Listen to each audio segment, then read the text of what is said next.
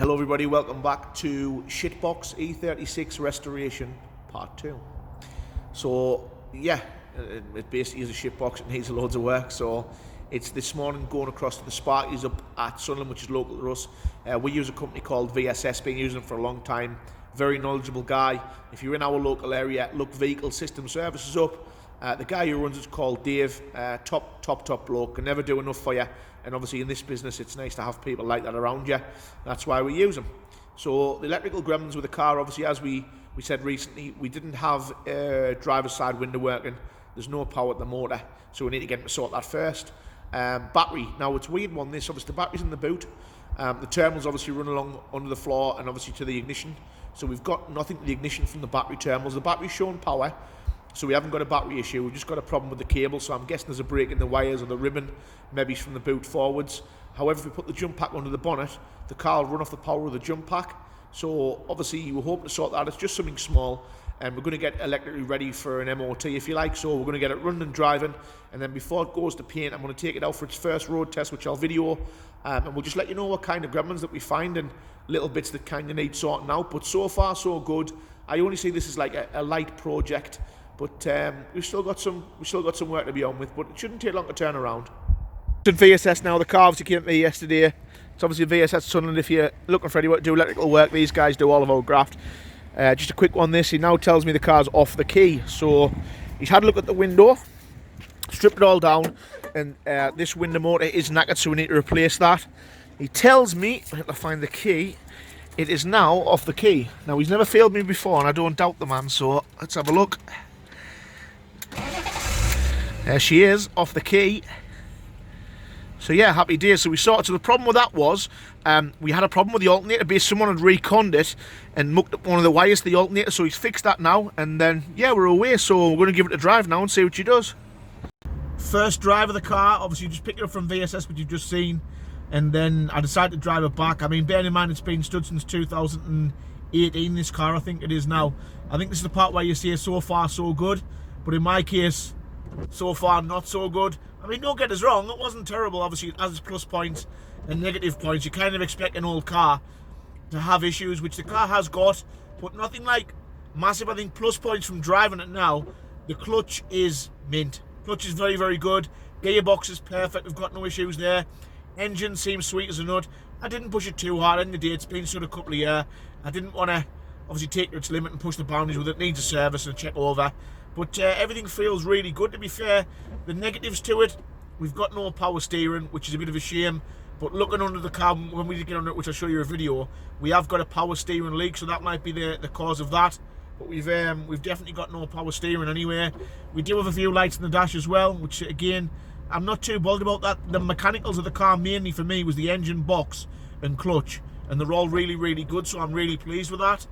Power steering, we'll get to it. The lights in the dash are, we've got ABS, traction control, airbag, and brake pad warning lights. So looks a bit like a Christmas tree. Obviously it's a little bit early for Christmas, but that's kind of what it's looking like at the minute. But generally I'm pretty pleased. We've got a good set of heaters, which is good news. No head gasket issues, temperature sits nice, heaters are boiling hot, stereo radios all working fine.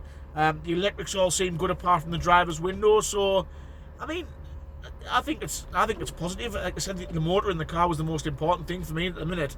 The motor seems quite good, so everything else will kind of come to it. We've just been to Euro, picked up all the Brembo discs and pads. The Brembo discs and pads were actually coming in at a really good price. I expect them to be dear, so basically it cost us It was £152 on trade. That's Brembo discs front and rear, pads front and rear, which I thought was pretty cheap. So we're going to strip the discs and pads down next. The calipers feel okay, but the discs are definitely shot, and we've got a shit guard at the front catching as well. So we've got some work to do, but it's not terrible. Now I understand I might be a little bit premature here, and obviously Dave I work with always laughs at us because he says I do things back to front, which is probably right. But the seats were pretty minging, to be fair. The passenger seat wasn't too bad. Obviously the driver's seat does need a lot of attention. I'll show you a half and half on the driver's seat. But as you can see, I mean, for 1998 20-year-old leather, it actually looks really nice. It's took a lot of the stains out, and it should be light grey. It looks pretty fresh, I think. The door cards as well. Obviously getting into door cards, all this was pitted here and all minging, so we've getting that away. But yeah, generally I'm pretty happy with it. I don't think 20-year-old door cards are going to come much better than that, and to me it looks like the original yellow, so original leather. So yeah, we're not doing too bad with that.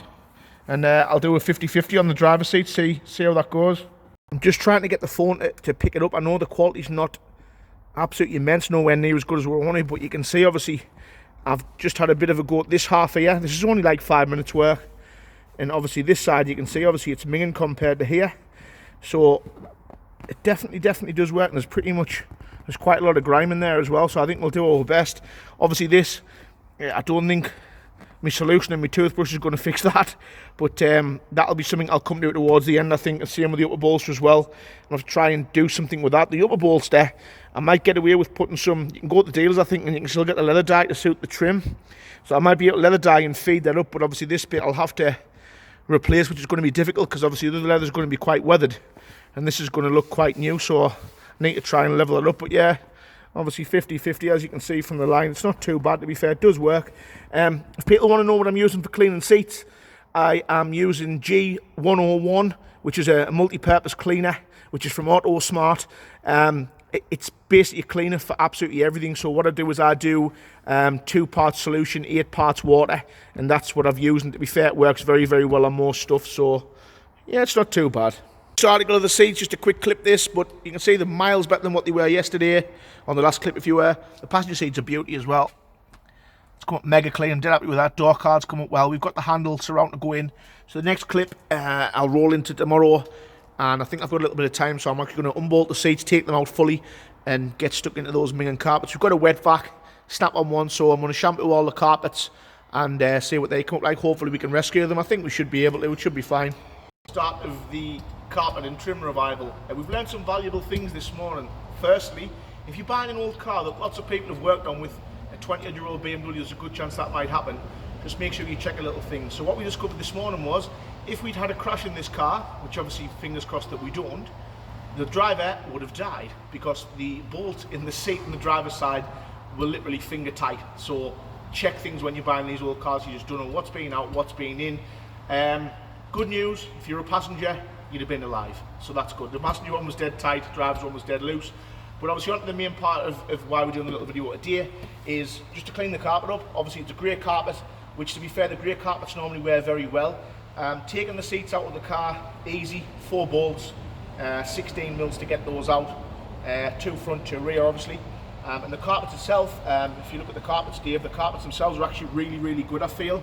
We have got a little bit of work to do, but it's not minging, to be fair. I mean, even this side's pretty decent as well. So what we've got is, 2 seconds.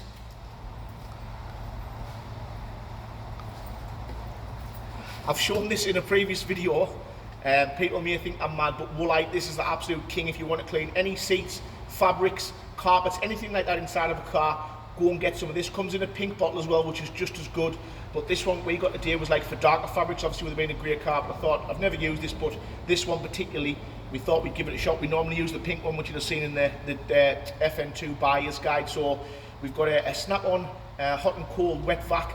We're going to give that a shot. We've got some quite thick bristly scrubbing brushes. We're going to get stuck into the carpet, hoover it all out first, and then the next clip will show you kind of how it comes up anyway. So that's it for now with this clip. We'll move on and we'll get it cleaned. Slightly out of breath and about an hour's worth of blood, sweat and tears, I would have said, but I mean, you can see they look absolutely mint. I think I've done quite a nice job. Just got in with the scrubbing brush first, let the stain soak, and then used the wet vac and basically just sucked the muck out rather than pushing the muck around the carpet, just sucked it all out. I mean, obviously this place like this here was actually oil and it was still wet, so we've done quite well getting most of it out. There's literally a little bit left, which we're going to let that soak. There's still some solution on there now, and that should come out. But I mean, for 20-odd-year-old, I think that's about as good as you're going to get, to be fair. I'll show you the driver's side, because the driver's side was a lot worse.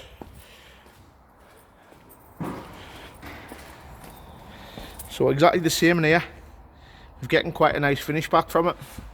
I mean, all that in there was absolutely minging. Even look at the where your heel goes, heel pad. That's come up lovely as well.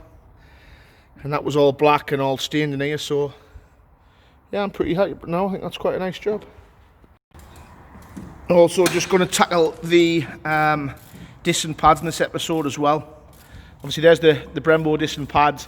Obviously, we know the Brembo disc and pads aren't going to be good for track, but this isn't going to be that kind of car. It's going to be a nice, clean road car. We will do the occasional weekend and B-road in it, but it's not going to do any track days. So the Brembo are of decent quality, especially for road use. That's what we've gone with. Obviously, I think costs are important because obviously not everybody's got a limited budget. So, as said previously, there was £152 for the lot, which I thought was pretty acceptable. But as you can see, the old discs and pads and the shit shield, as it were, behind have really suffered over time, so they're not going to do anybody any favours, especially not me. Calipers are looking a little bit rough as well, but we're going to tackle them. Obviously, we've got a nice Dremel kit, wire brush. We're going to work them all the way down, back to bare metal if we can, and we're just going to paint them up. We're not going to go with a loud red, we're just going to go with like a black, if you like, just to make them look clean. Suspension wise, obviously these come on Bilsteins, which obviously got the Bilstein shocker still, and we've got some red Lawrence springs. Red's normally eye back, but I don't know what they are, but they're looking tired, so all these are going to have to be changed. And obviously, as you can imagine in here, the rack end, the drop links, obviously it's all rusty, it just needs tidying up, which obviously we'll get to. But discs and pads for today, and obviously we'll get these calipers painted up, and we'll see what we're looking like. So that concludes part 2. Obviously, as you can see, we are getting through things pretty quickly at the minute. All the cars that we've got for sale at the garage are all prepped and ready to go, and we've got a bit of time slack, so every little bit of time we get where we can do a little bit of work, we're just going to crack on with the 36 and see if we can get it somewhere near and see how quickly we can turn it around. But as you can see, things are developing nicely. We're getting through the right kind of work quickly. She should be driving nice very soon. But that'll end part 2 for now. Obviously, I hope you're enjoying it. We'll take you all the way through with this one and show you all the way up to the finished article, so stay tuned, like and subscribe.